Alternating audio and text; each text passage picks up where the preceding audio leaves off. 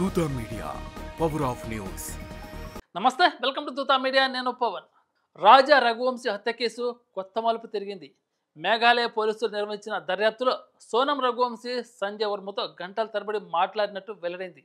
మార్చి 1 నుండి మార్చి 25 వరకు సోనం సంజయ్ వర్మ 119 సార్లు కాల్ చేసింది. మొత్తం ఈ ఇద్దరు ఒక నెలలో 234 సార్లు ఫోన్ సంభాషణ జరిపారు. ఇప్పుడు సంజయ్ వర్మ ఎవరు, అతని పాత్ర ఏమిటి అన్నది కేసులో కీలక ట్విస్ట్గా మారింది.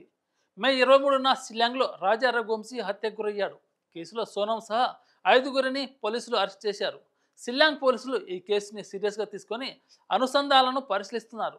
ఒక పోలీసుల బృందం ఇండోర్కి వెళ్లి రాజా కుటుంబ సభ్యులను, ముఖ్యంగా సోనం ప్రవర్తన, వివాహం తర్వాత గడిపిన రోజుల గురించి విచారించారు.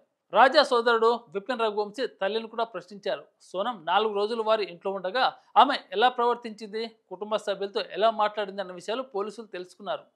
జూన్ 2న తూర్పు కాశీ హిల్స్లోని సోహరా రియాట్ ఆర్లియాంగ్ ప్రాంతంలో గొయ్యిలో రాజా రఘువంశీ మృతదేహం కనుగొన్నారు. కొన్ని రోజుల తర్వాత జూన్ 7న సోనం ఉత్తరప్రదేశ్ ఘాజీపూర్లో పోలీసుల ముందు లొంగిపోయింది.